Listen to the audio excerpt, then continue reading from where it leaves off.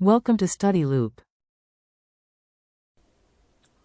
Hi everyone, thanks for joining me today. What we're going to be looking at is a problem dealing with power.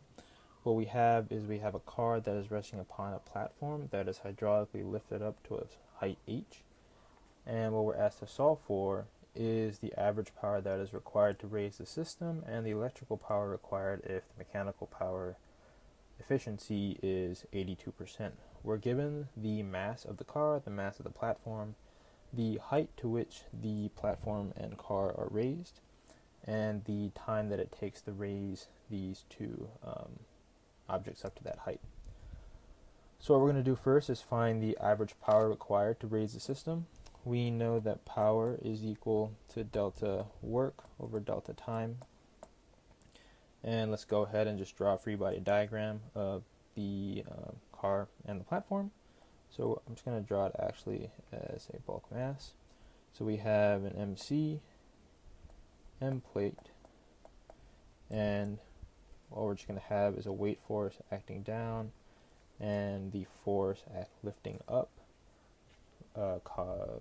delivered by the hydraulic press. So we can simply see from this that F is equal to the weight, and that's going to be the force that we use in our work. And delta W, so the change in work, is going to be mass times gravity multiplied by the difference in the height, and we're just going to call that h, divided by the time.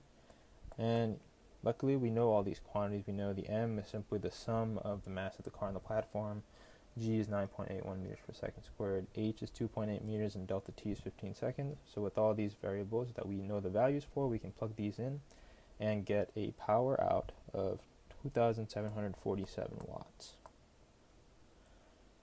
Now we're also asked to solve for the electrical power, and this is just a definition. We know that electrical power is going to be the mechanical power divided by the mechanical efficiency, and we know that mechanical efficiency to be 82%. We know the power to be 2,747 watts, so plugging these two values in, we get an electrical power required of 3,349.8 watts.